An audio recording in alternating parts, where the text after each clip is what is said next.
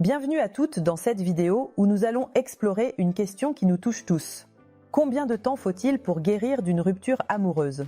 La réponse pourrait vous surprendre, car les récentes découvertes en neurosciences révèlent des mécanismes fascinants à l'œuvre dans notre cerveau. Bonjour, je suis Rachel Filwell et j'aide les femmes à se remettre d'une rupture amoureuse avec la pensée positive et la reprogrammation mentale.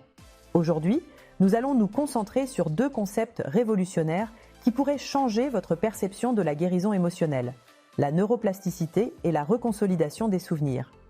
Commençons par la neuroplasticité. Ce terme désigne la capacité remarquable de notre cerveau à se réorganiser tout au long de notre vie. Après une rupture, cette capacité devient cruciale. Des études menées à l'université de Stanford ont révélé que la douleur émotionnelle d'une rupture active les mêmes régions cérébrales que la douleur physique. C'est pourquoi une rupture peut littéralement nous faire mal.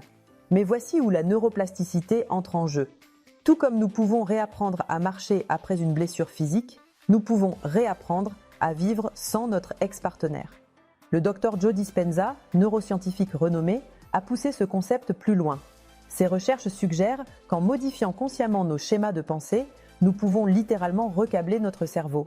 Cette découverte ouvre des perspectives fascinantes pour accélérer la guérison après une rupture.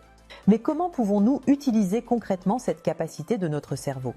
Des études ont montré que des pratiques telles que la méditation de pleine conscience peuvent effectivement modifier la structure de notre cerveau.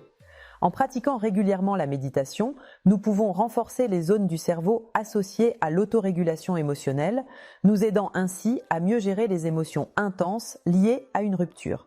Passons maintenant au deuxième concept clé, la reconsolidation des souvenirs. Traditionnellement, on pensait que les souvenirs, une fois formés, étaient immuables. Mais des recherches récentes menées par le Dr Karim Nader de l'université McGill ont bouleversé cette croyance. Le Dr Nader a découvert que chaque fois que nous nous rappelons un souvenir, celui-ci devient brièvement malléable avant d'être à nouveau stocké. Cette fenêtre de malléabilité offre une opportunité unique de modifier nos souvenirs émotionnels. Imaginez pouvoir revisiter les souvenirs de votre ex-partenaire et en changer la charge émotionnelle. Cette technique pourrait révolutionner notre approche de la guérison émotionnelle après une rupture. Mais comment mettre en pratique cette découverte? Des chercheurs ont développé une technique appelée thérapie de reconsolidation de la mémoire.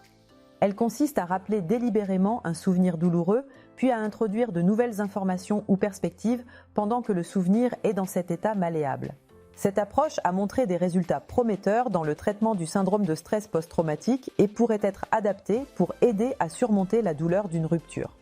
Alors, que signifient ces découvertes pour notre question initiale? Combien de temps faut-il pour guérir d'une rupture? La réponse est que le temps de guérison n'est pas fixe. Grâce à la neuroplasticité et à la reconsolidation des souvenirs, nous avons le pouvoir d'influencer activement notre processus de guérison.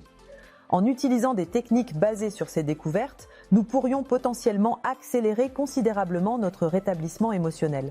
Cependant, il est important de noter que ces techniques ne sont pas des solutions miracles. La guérison émotionnelle reste un processus complexe et personnel. Mais comprendre ces mécanismes nous donne des outils puissants pour naviguer dans ce processus de manière plus efficace. En conclusion, la prochaine fois que vous vivrez une rupture, rappelez-vous que votre cerveau est un allié puissant dans votre guérison. En tirant parti de sa plasticité et de votre capacité à remodeler vos souvenirs, vous pourriez être surpris de votre résilience et de votre capacité à aimer à nouveau. Cette vidéo n'est que le début de notre exploration des mystères du cerveau amoureux. Dans nos prochaines vidéos, nous approfondirons d'autres aspects fascinants de la neuroscience des relations amoureuses. N'oubliez pas de vous abonner pour ne rien manquer. Et vous, que pensez-vous de ces découvertes? Pensez-vous qu'elles pourraient changer notre approche de la guérison après une rupture? Partagez vos réflexions dans les commentaires ci-dessous. Merci d'avoir regardé cette vidéo et à la prochaine.